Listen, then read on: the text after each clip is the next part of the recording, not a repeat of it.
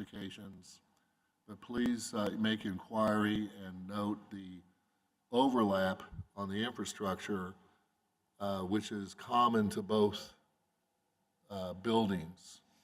So that is how this started. And then once we, as usual, once we decided we have to get to the Congress to get this moving, we started looking at the other known priorities, and first and foremost is replenishment of the permanent fund. So you will see in the proclamations before you, the last being the second amended special session proclamation, 7 items. And we've already pointed out that first, we believe, should come the appropriation to the permanent fund. Treasurer Littleton has provided my office yesterday with the latest numbers on that, and he states the amount to return to the permanent fund for the funds utilized per ONCA 20-34 are the, as he calls it, the original amount plus interest, being a total of $5,567,959.31. This is as of November 16. The second item and the third items I've just briefly covered: appropriation for Wake and Iron Chapel and Wake and Iron Community Building in the Pulaski Indian Village. The fourth item is approval of financial management plan and investment strategy that has been reviewed by the Attorney General. And also I have the latest correspondence on that from the Treasurer to the second Speaker, Chair of Appropriations. And it states, please see the financial management planning and investment strategy as adopted and signed by the Investment Oversight Committee and the Investment Advisor. And Mr. Littleton can provide details on this. Then number 5, we have the appropriation to supplement CARES Act direct assistance. We are all aware that we have advertised the program as first come, first serve, and to close out in time for the reporting period back to the United States Department of Treasury. As we have gone through the expenditures and process, we have seen the numbers of applicants slow down, but we believe it is worth at this time to spend some of the funds from the true-up of the casino monies that was deposited into the Treasury to put some extra into the fund. Of course, this would be after the permanent fund is replenished. We believe that the existing CARES Act money projects, the balances from there have been projected, and we have moved those funds to the direct assistance line item. We have, for example, received the projections from consultants on the projects. We have talked to other departments on projects, and several $100,000 have been moved from those. As you all know, these are federal funds, and the Department of Treasury accounting reviews will be dependent on how we do this, and we have to do it very carefully. So from that, you will see the update, which well, you have one earlier, but I sent over this morning to the Clerk of the Congress, the Speaker and Second Speaker, the report of yesterday evening from Andrea Kimball, who is heading up this project with her team. And you will see the breakdown from the original budget, the business modifications, or the modifications from the business assistance program, which we believe would be unspent, and other areas. And as of yesterday, their balance is $375. So as of yesterday evening, we now essentially are out of funds.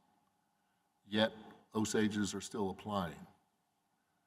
And we're so close to the end of this program, the November 30, that we recommend the Congress supplement and hear more from Andrea Kimball and her team whenever you call them over. So we are fully supportive of funding anybody that applies before the November 30 deadline, as long as their application does meet the requirements. So there's that issue. There is the appropriation for the National Native American Veterans Memorial in Washington, D.C. I had the honor of meeting Mr. Harvey Pratt, the architect, a couple of years ago. It is a national program, and the tribes of the country are participating, and this is our contribution, our participation, and we fully support this appropriation. Finally, an appropriation to purchase land and demolition of buildings on that land in Fairfax. Mr. Casey Johnson can give details to the committee.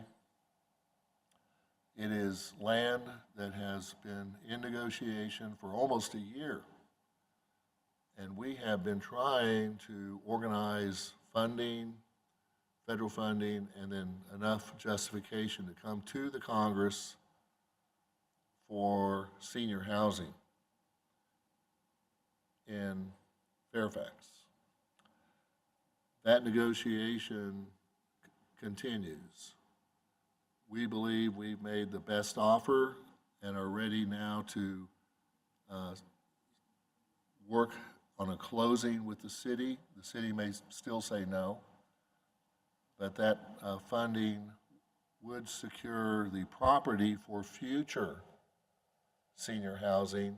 As many of you know, we have used the existing balances of federal money to build out some more senior housing on vacant lots in Pawhuska Senior Housing, which makes sense also because of the maintenance and other matters which are in operational costs. But to head in the direction of senior housing in Fairfax, including the budgets for operational expenses, maintenance, et cetera, and non-federal construction costs, because under the present administration, there's not a lot of money there. Under the Biden-Harris administration, there may be more. But to prepare ourselves for that future, our recommendation to the Congress is to appropriate the funds, which the costs will be talked about in committee for that project.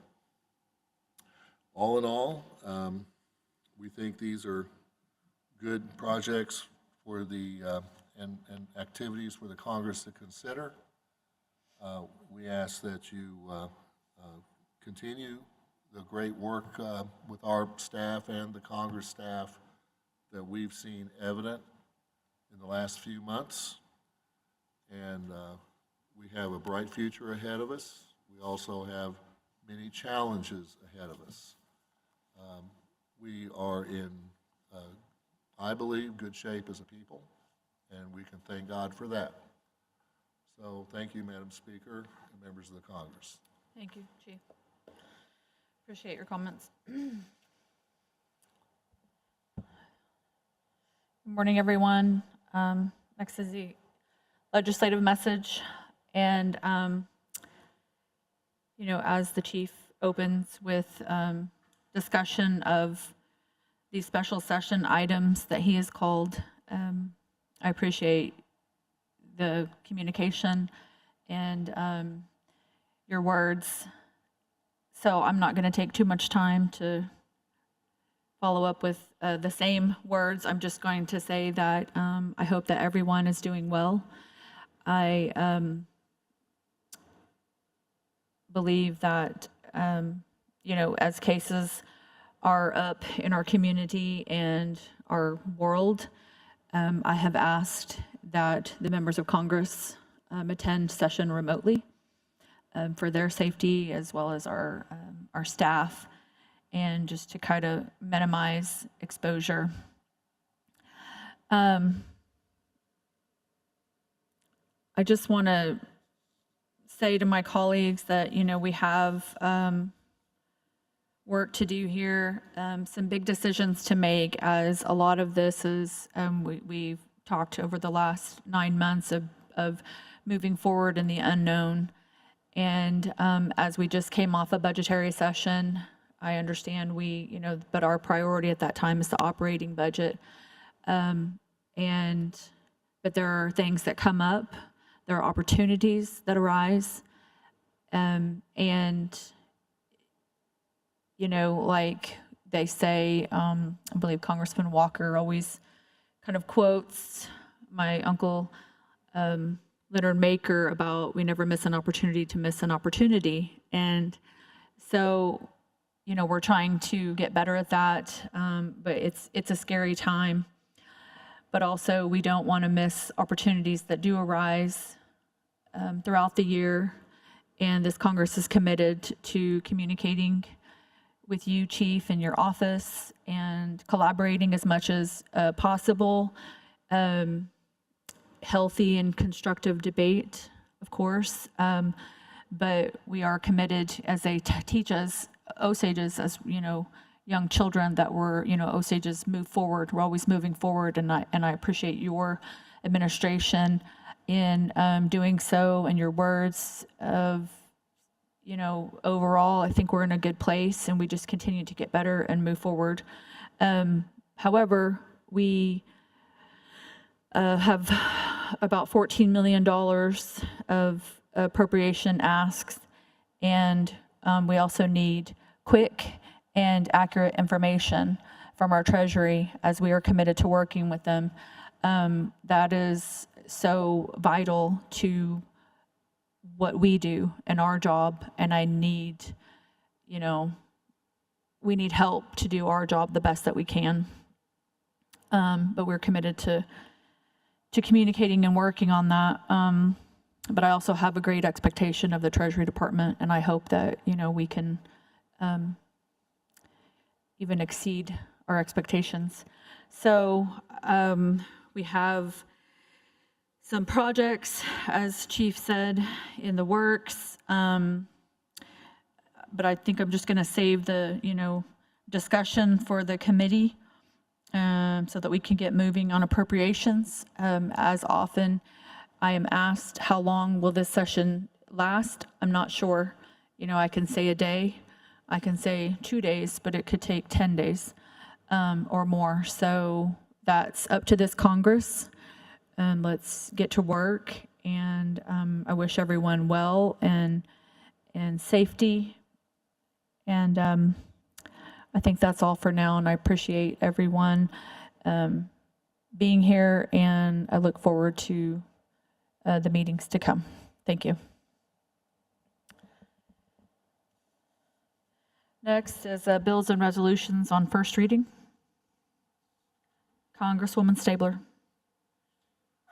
Thank you, Speaker. Good morning, everyone. I'd like to read in ONCA 2102, an act to authorize and appropriate $5,750,000 to the Capital Asset Fund for the Wake and Iron Hall in the Pawhuska Indian Village and to establish an alternate effective date. Thank you. Second speaker, Revard. Yes, good morning, Speaker. Thank you. I'd like to read in ONCA 21-03, an act to authorize and appropriate $5,567,784 to the permanent fund, to replenish the fund, and to establish an alternate effective date. Thank you. I will read in ONCA 2104, an act to authorize and appropriate $100,000 as a contribution to the National Museum of the American Indian for the National Native American Veterans Memorial and to establish an alternate effective date. Also, ONCA 2105, an act to authorize and appropriate $1,500,000 to financial assistance to supplement the CARES Act Direct Assistance Program and to establish an alternate effective date. Congresswoman Lemon. Thank you. Good morning, Madam Speaker, Chief Standing Bearer, Assistant Chief Redcorn, and members of Congress and anyone listening in. I'm reading in ONCA 21-06, an act to authorize and appropriate $75,000 to the executive branch for the purposes of real property and other purposes, and to establish an alternate effective date. Thank you. Thank you. Thank you, Congresswoman Lemon. Second speaker. Yes, thank you, Speaker. I'd like to read in ONCR 21-01, a resolution to approve the financial management plan and investment strategy of the Osage Nation. Thank you. As a reminder, as I stated in an email, ONCA 2065 is a bill that is already in the Culture Committee. So ONCA 2102 is assigned to Culture. ONCA 2103 is assigned to Appropriations. ONCA 2104, Culture. ONCA 2105, Appropriations. ONCA 2106, Commerce. And ONCR 2101 is assigned to Appropriations. We are now on motions and notices. Second speaker, Revard. Yes, thank you, Speaker. We're going to hold our Appropriations Committee meeting. I would like to do that at 11, if that's okay, because I've just received some more information. And is everybody okay with that? If not, just let me know, but I would like to do 11. That sounds good to me. Okay. Okay, thank you. Thank you. Congressman Bighorse. Yes, thank you, Madam Speaker. Cultural Committee will have a meeting today from 1:30 to 3:30. Thank you, sir. Congresswoman Shaw.